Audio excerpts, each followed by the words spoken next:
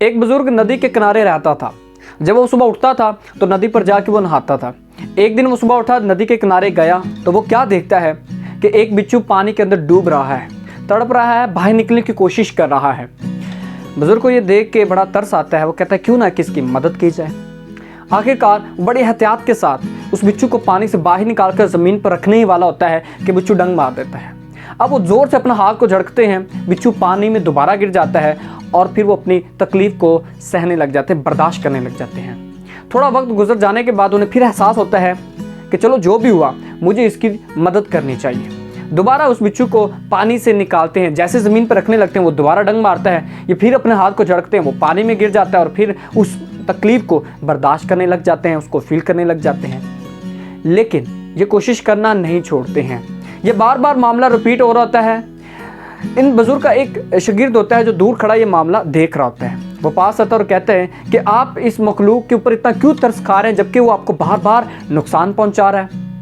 तो वो नेक नामी बुजुर्ग अपने शागिर्द की बात सुने बिना अपने काम में मगन रहता है, यानी कि उसकी जान बचाता रहता है और आखिरकार वो जान बचा ही लेता है। उस बुजुर्ग की तबीयत ख़राब हो जाती है। शागिर्द अपने घर में ले जाता है, कुछ देर तक जो है उसका ख्याल करता है। आफ्टर पासिंग सम टाइम क्या होता है कि जब उस बुज़ुर्ग को होश आती है तो उसका शागिर्द अपने उस बुज़ुर्ग से, अपने उस्ताद से सवाल करता है कि मुझे बताएं कि आप ये अमल बार बार क्यों दोहरा रहे थे जबकि आपको वो नुकसान पहुंचा रहा था। तो वो बुज़ुर्ग कहता है कि बच्चे बात सुनो, उस बिच्छू को बचाना मेरी फितरत थी। अब बिच्छू को चूंकि मैं बचा रहा था वो इसीलिए डंग नहीं मुझे मारा था कि उसकी नीयत थी मुझे डंग मारना है। अब ये उसकी फितरत में था, बिच्छू की फितरत में है कि उसने डंग मारना ही मारना है। पानी की फितरत में है कि उसने गीला करना है। आग की फितरत है कि उसने किसी दूसरे को जलाना है।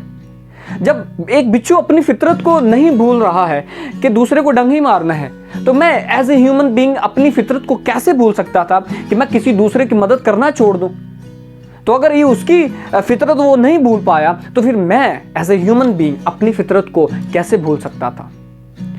हमारी लाइफ में भी बहुत दफ़ा ऐसा होता है, लोगों की थिंकिंग की वजह से हम जो है अपनी थिंकिंग को, अपने अल्फाज को मनफी असरात में बदल लेते हैं।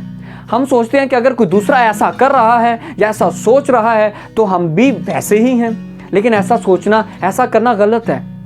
हमारी लाइफ में जो हमें मकसद दिया गया है वो एज ए ह्यूमन बीइंग वो हम काम करें जिससे कि दूसरों को फ़ायदा हो, ना कि हम अपने अंदर हसद और बुग़्ज़ जैसी बीमारियों को पैदा कर लें और बाद में फिर उन्हीं के अंदर जलते रहें और कभी भी अपनी ज़िंदगी के अंदर सुकून हासिल ना कर पाएँ।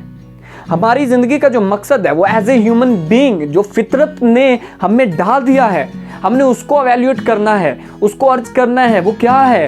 वो दूसरों की मदद करना हो सकता है, वो दूसरों का हाथ बटाना हो सकता है, वो दूसरों को रास्ता दिखाना हो सकता है, वो दूसरों को आगे लेके जाना हो सकता है। अब किसी की बिना पे हम अपनी फितरत से अगर ये चीज़ें निकालना चाहे नहीं निकाल सकते, लेकिन हम अगर ये चॉइस हमारी है, हम चाहें तो किसी की लाइफ को बदल सकते हैं, किसी की लाइफ को बेहतर कर सकते हैं, अपनी लाइफ को बेहतर कर सकते हैं। लेकिन अगर हम किसी की बातों को, अपनी बातों को पीछे करके उसकी बातों को आगे रखो, कहें कि ठीक है यार जो तुम कह रहे हो वो ही मैं करूँगा, तो कहना ये करना गलत होगा। एज ए ह्यूमन बीइंग जो हमारी रिस्पॉन्सिबिलिटी है सही सोच रख के दूसरों के साथ सही चलना और उनकी ज़िंदगी को भी बेहतर करना और अपनी ज़िंदगी को भी बेहतर करना।